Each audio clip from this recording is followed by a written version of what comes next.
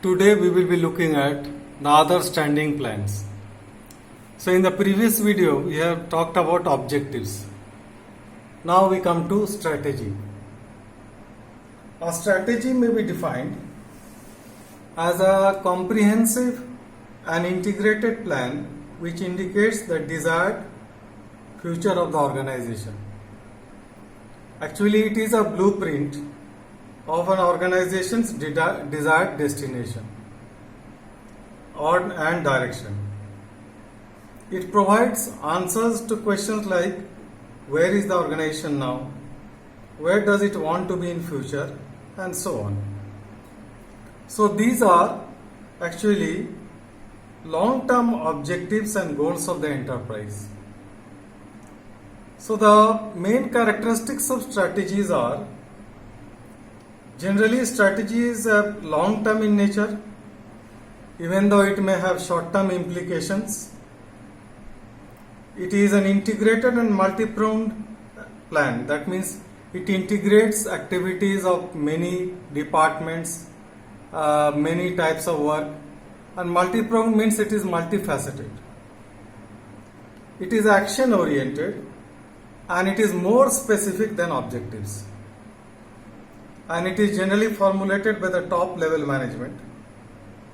And these strategies are generally meant to cope with outside competition and other environmental pressures. And they are based on organizational objectives and seeks to achieve the objectives. Strategies are also flexible and dynamic. That means they can be easily changed. And it is formulated after understanding the environmental opportunities and threats, as well as the organization's strengths and weaknesses. That means they take into consideration SWOT analysis. And it seeks to ensure deployment of key resources of the organization in the best possible manner. Now we come to policies. What is a policy? It is actually a general statement that guides decision making. It defines the boundaries within which decisions can be made, and they direct decisions towards the accomplishment of the objectives. Now we have different types of policies. Like for example, we have originated policy. First one. It is a policy deliberately undertaken by the top level management, and it is to be followed by the lower level management. So originated policies is generally put in writing in the form of policy manual. Appealed policy. Appealed policy is formulated on the appeal or request of the lower level management or any subordinate. So when the lower level management or the subordinates they appeal to the higher level management, then these type of policies are made. Imposed policy. Sometimes an organization may be compelled to adopt a policy due to pressure from the government, due to pressure from trade unions, and so on.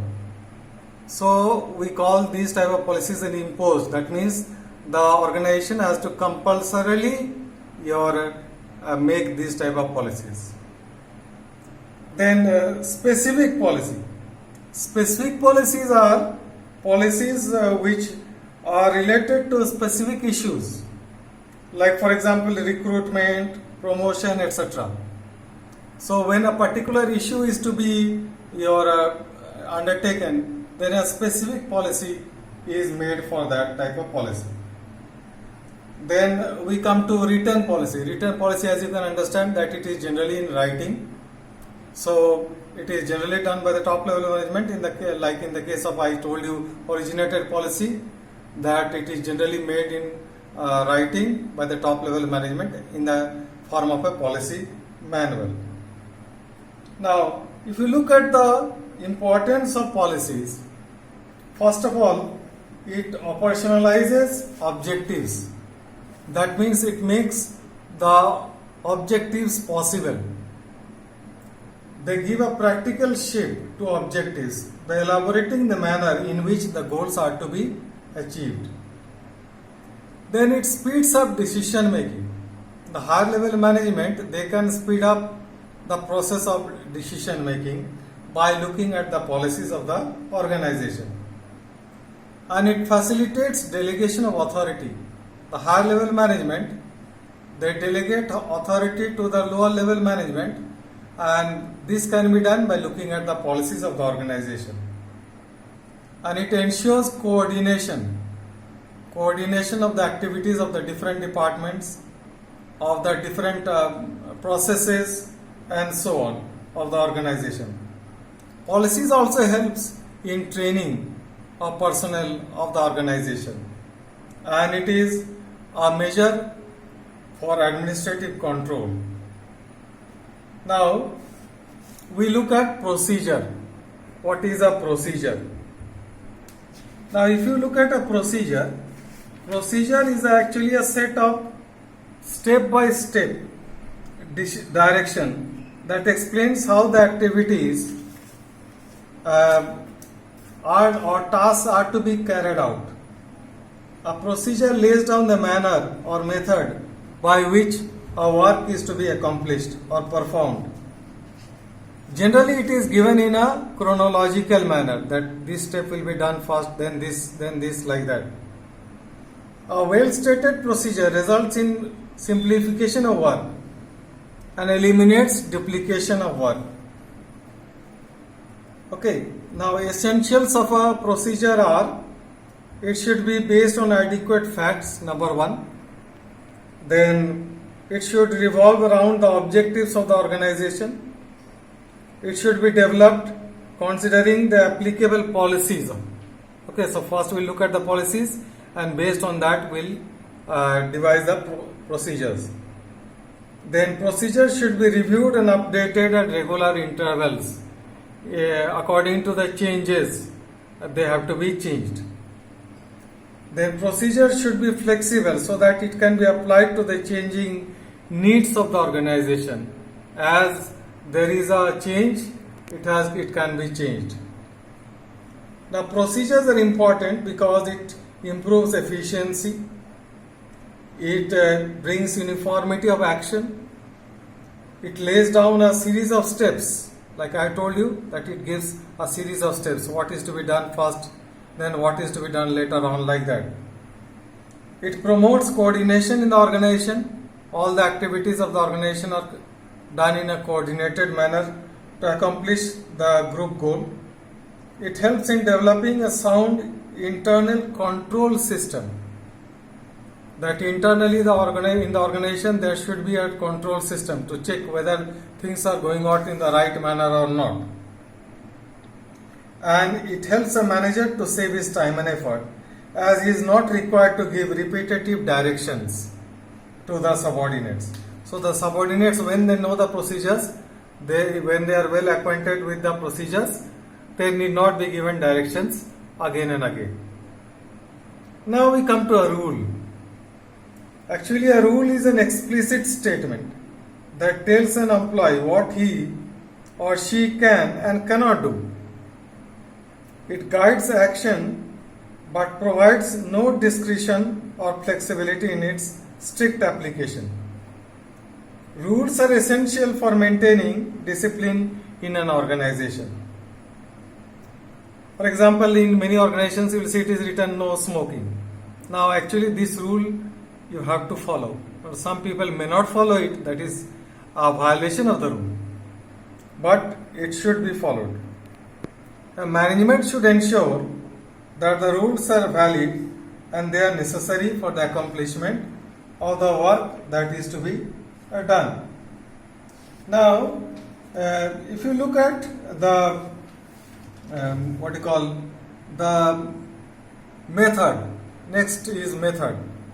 Methods prescribe the ways in which specific tasks of a procedure must be performed. Methods may vary from work to work. So selection of the most appropriate method saves time, money and effort. So we take a particular method, for example, in valuation of inventory, we have different methods of valuing them. Like we have the last in first out method, the first in first out method, the highest in first out method, average cost method, so on. So methods actually gives instructions and guidance to the employees. They ensure uniformity in the actions of the employees. That means all the employees do the same work. Then it standardizes the routine jobs. That means the work that is to be done again and again, that is being standardized. And it acts as an overall guide for the employees as well as the managers. So methods, we can say that these are your techniques of doing a particular work. Now if you look in the book, we have differences given between objectives and policies, policies and strategies, then policy and procedure, and so on. So these are also important.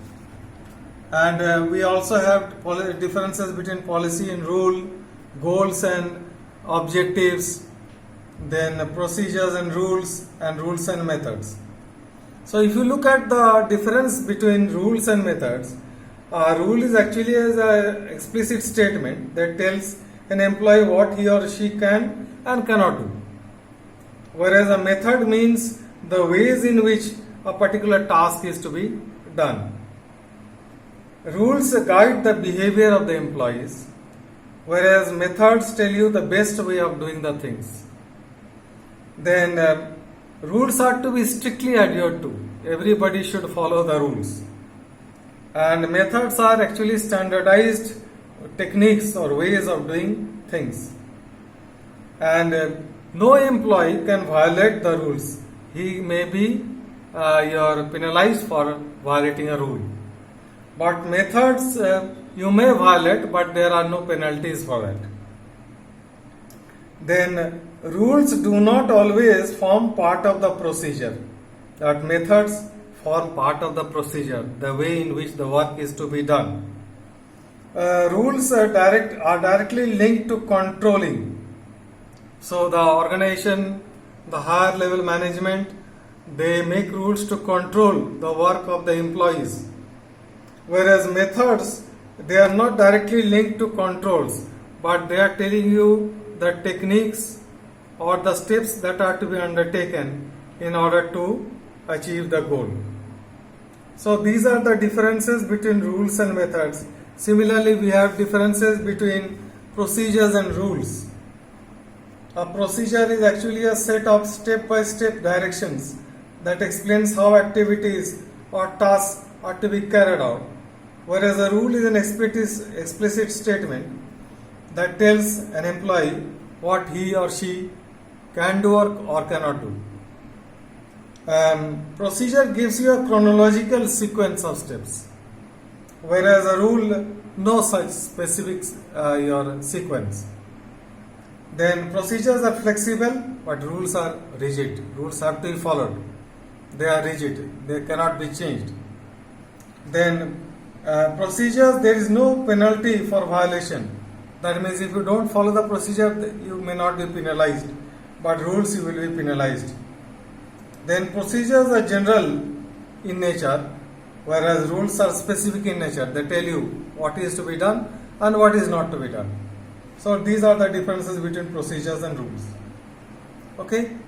And we also have differences between goals and objectives.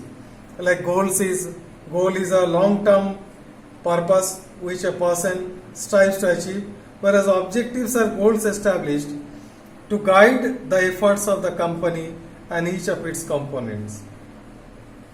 The goals are generic in nature, whereas objectives are very specific in nature. Then goals, they are based on the ideas, whereas objectives are based on facts. So these are the differences between goals and objectives. Similarly, you have differences between policies and your rules, which you can go through from the book.